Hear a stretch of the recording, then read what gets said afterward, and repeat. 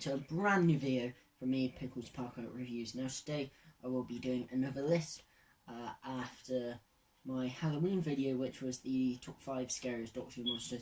In my opinion, that was quite an easy video to do, and it's quite an effective one, so I thought, why not do another list? I decided, as you know, tomorrow we have the Doctor Who episode Demons of the Punjab airing for the first time, and we also had the announcement of the Witchfinders, so it dawned on me that we have 3 historicals in Series 11, more than we've had for quite a while, probably since maybe Series 7. As I was thinking about historicals quite a bit, I thought, why not give my top 10 historicals? Let's just do a bit of some of the criteria for this list before we get started. First off, I'm only doing these from the new series, not the classic series, mainly because I haven't seen a majority of the classic series. I have seen a fair bit of it, but not enough to give a judgment on the best historicals. But I may come back and do a top 10 historicals from the classic series when I get more caught up on it. Secondly, I'm only doing stories that are set before the 80s. So Sorry Farmer's Day, you do brilliant stuff with time in the past and the Reapers and what happens when you meet yourself, but you're not historical, so I'm not going to put you on this list. So with that done out of the way, let's get on to my top 10 historicals from the new series.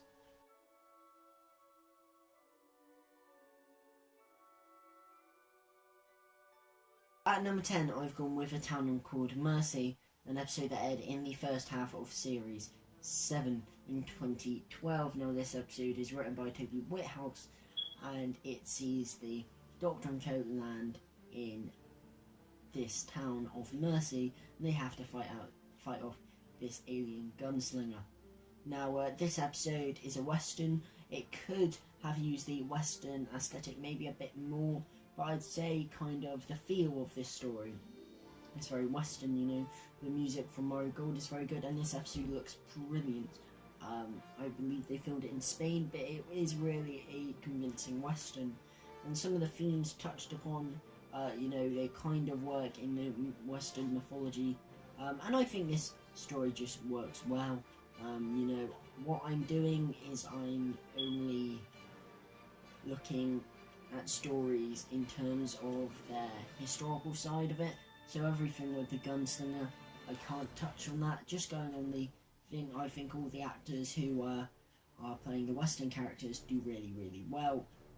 And I think it's just a fun western, you know, like a lot of westerns on the telly. It's a fun Matt Smith story, and it's a very good western.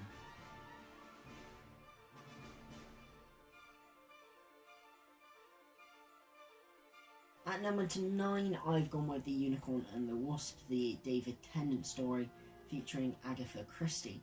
Now, this story kind of takes the mould of a murder mystery, much like Cluedo, with even the characters all having silly names. And I think it works. It's obviously set in the early, I believe is it the 1920s? Might be the 1920s. I haven't checked that, but I think that's where it's set. Either way, it takes that as aesthetic and it runs with it. You know, you have a really good murder mystery. You know, Agatha Christie's in there. You get a lot of callbacks to Agatha Christie and stuff, and it does feel really good. You know, obviously Donna dresses in a period costume, and I think it is done really well. Obviously, just looking at that, obviously the big elephant or Vespis form in the room is obviously the giant wasp, the Vespis form. That's not great, but just looking at the historical side, I think it's done really well. Could have they done a bit more with Agatha Christie? Maybe, but I think it's done quite well. You know, it's quite comical, and I think the whole aesthetic of the story is something that I never really expected to see from Doctor Who, but it's something that I'm certainly glad we got.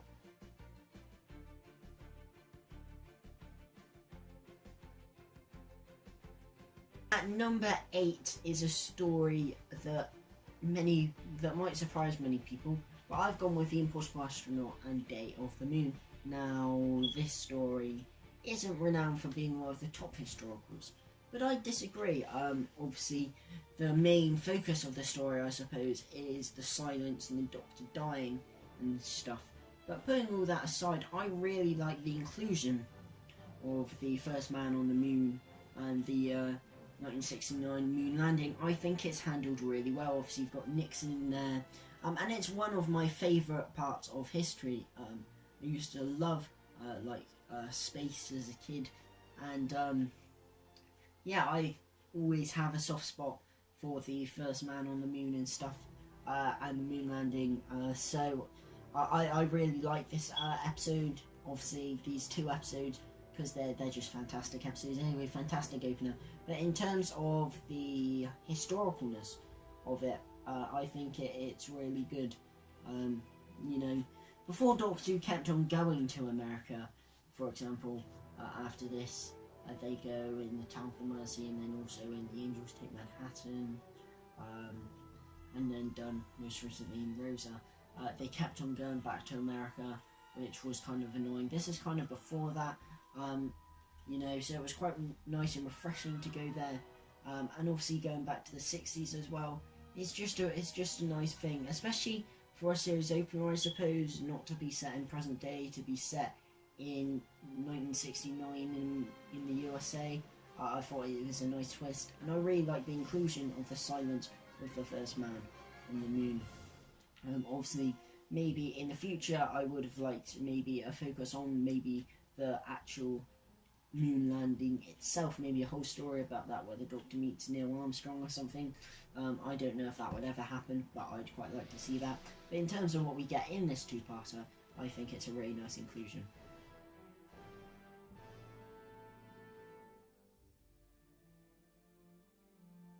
At number 7, we have gone for The Empty Child and the Doctor Dances. Now, if this was just based purely on the story as a whole, it will probably reach number 1 because it is a fantastic two-parter.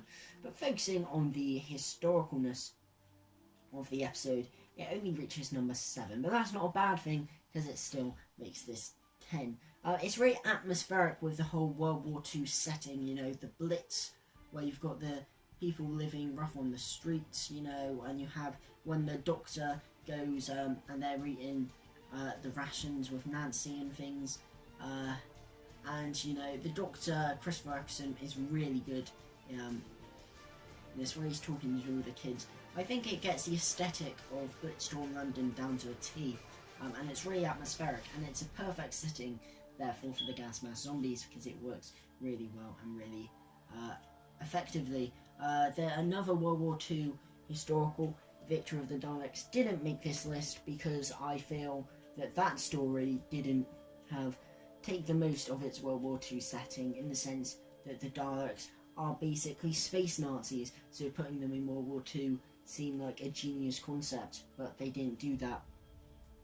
And the World War II aesthetic, apart from Ian McNeice, who does a brilliant Winston Churchill, is simply just a backdrop. But for The Empty Child and the Doctor Dances, it is so much more than a backdrop, and it works really, really well, and it's really atmospheric.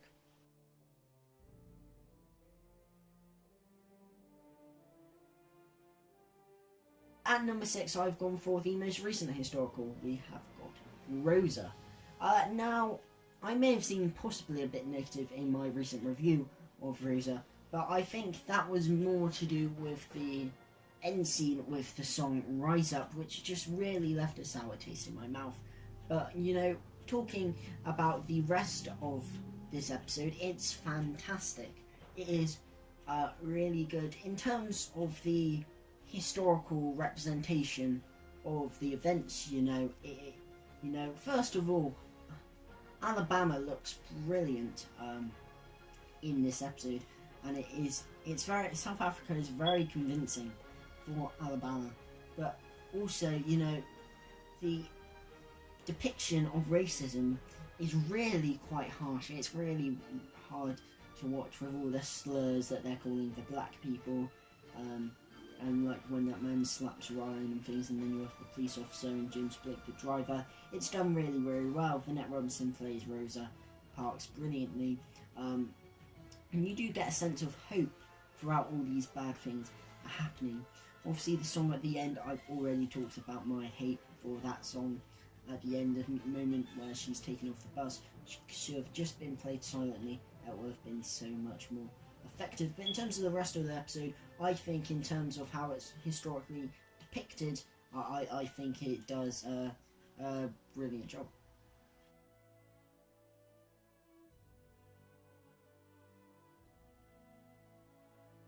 At number 5, we're back in the Tennant era with the Shakespeare Code. Now, this episode isn't loved by most people. I think a lot of people just kind of see it middle of the road. I can kind of understand that, but I do really like it as well. I think that, you know, it looks quite convincing for, you know, for Tudor or maybe Stuart England. I don't know. I haven't watched it in a while, but you know, when you have the Globe Theatre and things, and you know, there's some nice little callbacks to Shakespeare and his plays and things. I think the Carrionites are perfect villains for this, as they are very much like witches, like Shakespeare wrote in Macbeth. I think that's what they're almost inspired of, or what Shakespeare is inspired to write Macbeth. I don't exactly know. I can't remember. I haven't seen the story in a while. But I think it's good. The guy who plays Shakespeare is quite good. I can't remember his name, but he does quite good, and he's not your classic Shakespeare, but I'd say he does a good job. I'd say it's almost played more comically in terms of the references to Shakespeare and things than in previous and later historicals when they meet a historical figure. And it is done a bit more in your face, and especially there's that scene where the Doctor says Expelliarmus and good old JK. That bit's kind of cringy, but I think in what it sets out to do, the Shakespeare Codes, it's a nice piece on Shakespeare.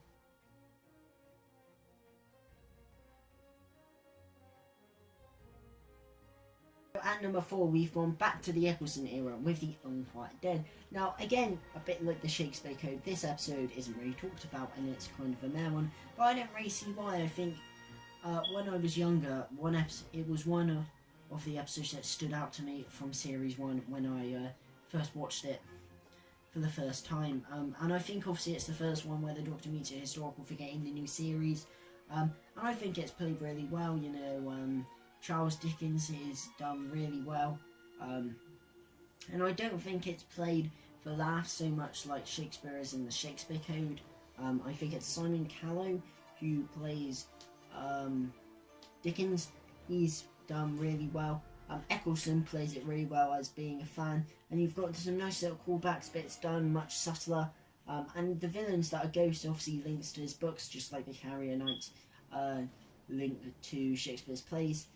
So it's done really good. I'd say it's the best done Victorian story from the new series. We've had a heck of a lot of those, especially in the Matt Smith era, but I'd say out of all of them, this is the first one and the one that did it the best.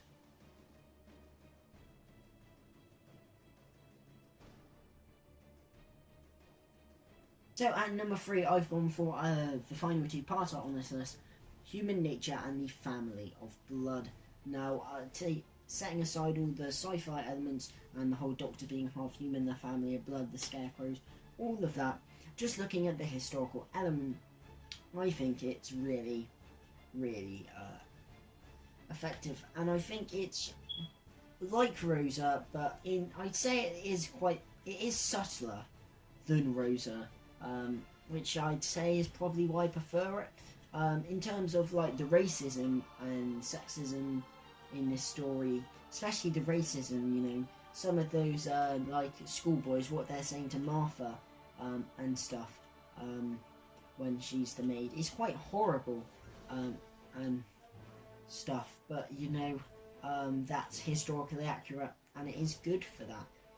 But I think you can put these things in an episode without kind of making the episode all about it, which I'd say is you know, that's what they did with Rosa. With this, it's in it, but the story's not the main focus of it. You also have the really horrible historical accurate moments when obviously the boy, I can't remember what his name, one of the family members of Blood, one of the boys that eventually become the brother of mine in the family of Blood,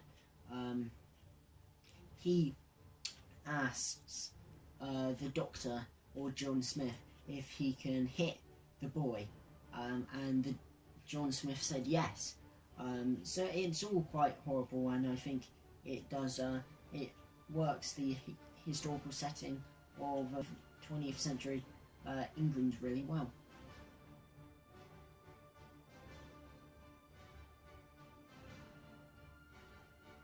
At number 2, we've got the Fires of Pompeii. Now, this episode is brilliant for not trying to change time. I think there's some really interesting stuff in terms of Pompeii, and you know, the Doctor has to put his foot down. He says, we can't save these people, they have to die in Pompeii. You know, I think there's some really interesting stuff there, and that's why I would say it's probably one of the best episodes of Series 4, because it really makes you think, well, the Doctor, should he or should he not save all of these people in Pompeii? It's done really good, the acting's really good, obviously Peter Capaldi's in it, and Karen Gillan, yeah, I think it looks really good for Pompeii. It's a nice aesthetic, a nice change from historicals we'd had up to that point, but yeah, I'd say what makes this episode so good is that kind of that moral thing. Well, I can't save these people, otherwise time will fracture. But, you know, should I save them? And obviously the Doctor gives in at the end and he does save them. So yeah, I think this episode is one of the best.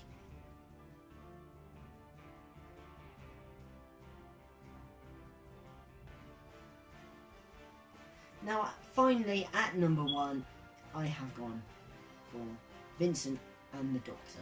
I really love this episode. I'd say sometimes I do forget about it a fair bit, just because in Series 5 there's so many great episodes, you know, The 11th Hour, The Time of Angels, Flesh and Stone, Amy's Choice, you know, The Pandora Opens, The Big Bang, and I'd say that Vincent and the Doctor sometimes get swept under the rug, and I'd say that I do kind of need to be in the mood for it.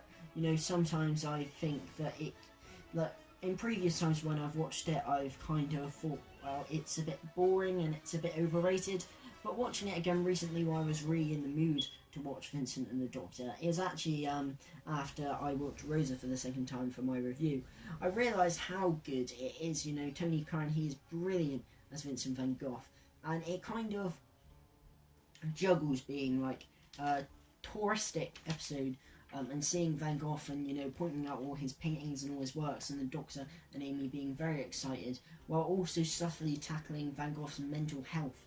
And I think that works really well.